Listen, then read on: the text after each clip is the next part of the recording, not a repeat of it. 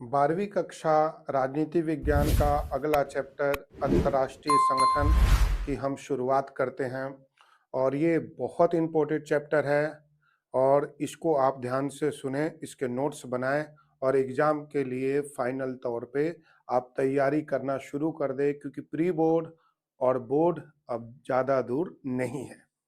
कुछ इम्पोर्टेंट जो सबसे बड़े इम्पोर्टेंट क्वेश्चन माने जाते हैं इस चैप्टर के अंतर्राष्ट्रीय संगठन की, हम उन पर चर्चा करेंगे। जिनमें सबसे पहला क्वेश्चन ये है कि अंतर्राष्ट्रीय संगठन होते क्या हैं और इनकी क्यों जरूरत हमें पड़ती है। अंतर्राष्ट्रीय संगठन वह संगठन होते हैं जिनका प्रभाव अंतर्राष्ट्रीय स्तर पर होता है, क्योंकि एक देश कुछ ऐसी समस्या होती है जिसको खुद हल नहीं कर सकता, इसलिए हमें अंतर्राष्ट्रीय संगठनों की जरूरत पड़ती है। और ऐसे अंतर्राष्ट्रीय संगठनों में विश्व के अधिकतर देश उसके सदस्य राष्ट्र होते हैं। ऐसे अंतर्राष्ट्रीय संगठनों के उदाहरण हैं संयुक्त राष्ट्र संघ, विश्व बैंक और संयुक्त अंतर्राष्ट्रीय मुद्रा कोष। ये अंतर्राष्ट्रीय संगठनों के उदाहरण हैं। इसमें सबसे मेन जो अंतर्राष्ट्रीय संगठन है वह है संयुक्त राष्ट्र संघ। संयुक्त राष्ट्र संघ, जिसको पहले द्वितीय महायुद्ध से पहले लीग ऑफ नेशन कहा जाता था, इसको नोट किया जाए कि द्वितीय महायुद्ध से पहले संयुक्त राष्ट्र संघ को लीग ऑफ नेशन कहा जाता था, लेकिन द्वितीय महायुद्ध के बाद संयुक्त राष्ट्र संघ एक नए अपडेट में के रूप में सामने आया और 21 अक्टूबर 1945 को विश्व के 51 राष्ट्रों ने, विश्व के 51 राष्ट्रों ने 21 अक्टूबर 1945 को संयुक्त राष्ट्र संघ की स्थापना मिलकर की और इसका कार्यालय स्थापित हुआ अमेरिका के शहर न्यूयॉर्क में। संयुक्त राष्ट्र संघ लेकिन इस समय वैश्विक संसद का रूप ले चुका है और इसमें 193 कंट्रीज शामिल हैं और आखिरी जो देश इसमें शामिल हुआ था उसका नाम है दक्षिण सूडान। इसमें आखिरी सदस्य राष्ट्र के रूप में शामिल हुआ था। संयुक्त राष्ट्र संघ का मुख्य उद्देश्य है क्या? संयुक्त राष्ट्र संघ का मुख्य उद्देश्य है विश्व में शांति और सहयोग स्थापित करना, विभिन्न देशों को इस बात के लिए तैयार करना कि वो युद्ध का सहारा ना ले और आपसी सहयोग और भाईचारे पे वो जोर दे। संयुक्त राष्ट्र संघ की कई प्रमुख संस्थाएं हैं जिनमें सुरक्षा परिषद, महासभा और सचिवालय प्रमुख है। फिर से सुने, संयुक्त राष्ट्र संघ की कई प्रमुख संस्थाएं हैं जिनमें सुरक्षा परिषद, महासभा और सचिवालय प्रमुख है, लेकिन इनमें सबसे मेन है सुरक्षा परिषद, जिसका काम है विश्व के अंदर सुरक्षा और सहयोग स्थापित करना। अगर इसकी संरचना की बात की जाए तो इसमें टोटल 15 सदस्य हैं। सुरक्षा परिषद में टोटल 15 सदस्य हैं, जिसमें 5 स्थायी हैं और 5 स्थायी सदस्यों में ब्रिटेन, फ्रांस, अमेरिका, रूस और चीन शामिल है और 10 अस्थायी सदस्यों का चुनाव 2 वर्षों के लिए होता है और 2 वर्षों के बाद वो 10 अस्थायी सदस्य हट जाते हैं और उनके जगह दूसरे सदस्य राष्ट्र शामिल हो जाते हैं।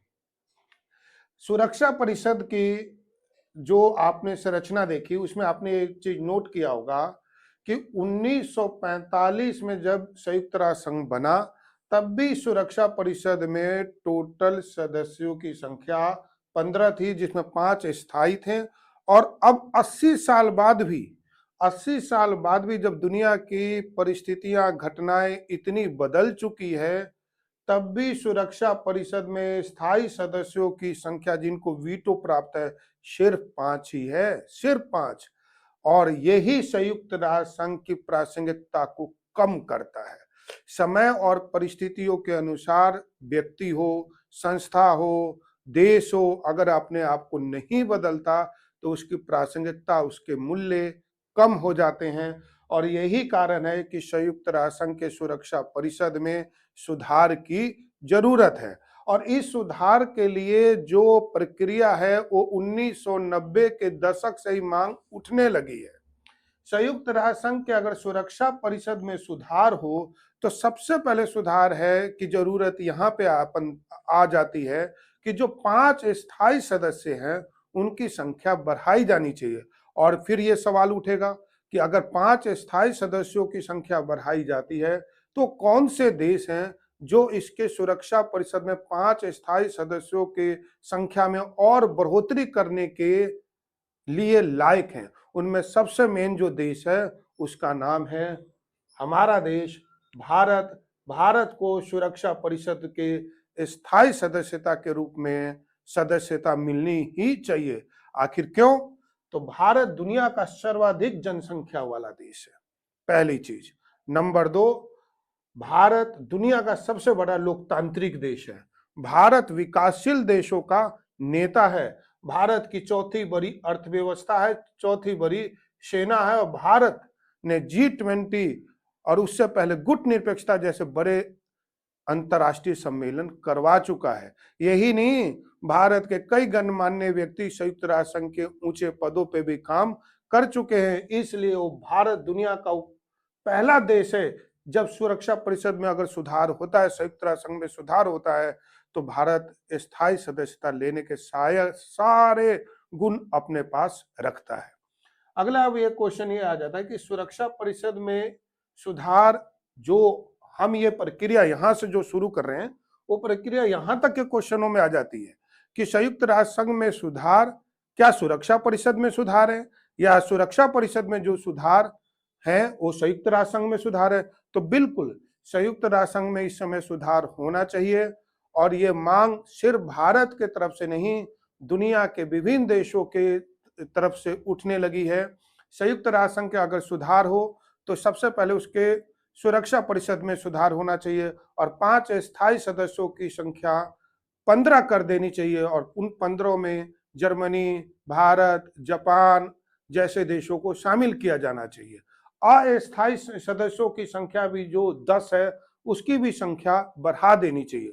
एक और चीज इसमें सुधार होना चाहिए, संयुक्त राष्ट्र संघ सिर्फ शांति और सुरक्षा का काम नहीं करता, बल्कि ये विश्व में आर्थिक विकास, सामाजिक विकास का भी काम करता है। इसलिए इसके पास आर्थिक फंड और अधिक होना चाहिए। इसमें इसलिए भी इसमें सुधार की जरूरत है। यह विश्व में शांति सहयोग स्थापित करने के लिए अपनी सेना भी भेजता है, इसलिए इसके पास अपनी स्थायी सेना भी होनी चाहिए। इसलिए संयुक्त राष्ट्र संघ के अंदर सुधार की जरूरत अब बड़े पैमाने पर महसूस की जाने लगी है। इसके अलावा अंतर्राष्ट्रीय संगठनों में 2 और संगठनों का हम चर्चा करेंगे जो इस समय विश्व में अपने प्रभाव को दिखाते हुए नजर आते हैं। उनमें एक है विश्व बैंक और दूसरा है अंतर्राष्ट्रीय मुद्रा कोष। ये दोनों अंतर्राष्ट्रीय संस्था है जो अंतर्राष्ट्रीय वित्तीय संस्था के रूप में जानी जाती है, जिसमें सदस्य राष्ट्रों की संख्या 150 से अधिक है। और इन दोनों संस्थाओं का एक ही उद्देश्य है, विश्व में विभिन्न देशों को आर्थिक मदद देना ताकि वो देश अपना आर्थिक विकास कर सके। अब चर्चा करेंगे कि ऐसे कुछ इंपॉर्टेंट क्वेश्चनों पे, जो इंपॉर्टेंट क्वेश्चन हमेशा ये एग्जाम में अंतर्राष्ट्रीय संगठन के रूप में, अंतर्राष्ट्रीय संगठन चैप्टर में पूछे जाते हैं। ऐसे जो इंपॉर्टेंट क्वेश्चन जो होते हैं वो एग्जाम के लिए बहुत ही इंपॉर्टेंट है, और हम उसके ऊपर कुछ चर्चा करेंगे।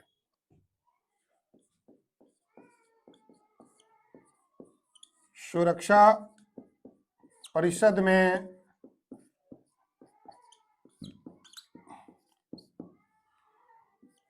भारत को स्थायी सदस्यता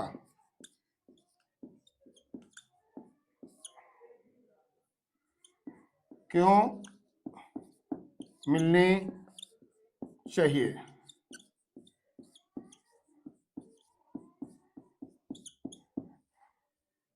दूसरा क्वेश्चन, संयुक्त राष्ट्र संघ में सुधार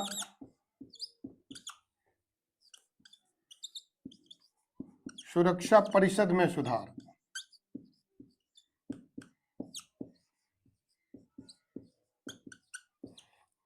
में सुधार व्याख्या करो।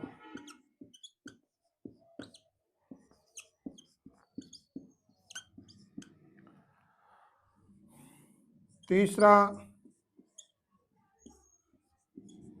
सुरक्षा परिषद क्या है? ये 3 ऐसे क्वेश्चन हैं जो हमेशा एग्जाम में पूछे जाते हैं, खासकर तो ऊपर के ये 2 क्वेश्चन कि भाई सुरक्षा परिषद में भारत को स्थायी सदस्यता क्यों मिलनी चाहिए और संयुक्त राष्ट्र संघ में सुधार, सुरक्षा परिषद में सुधार है, इनकी व्याख्या करने के लिए।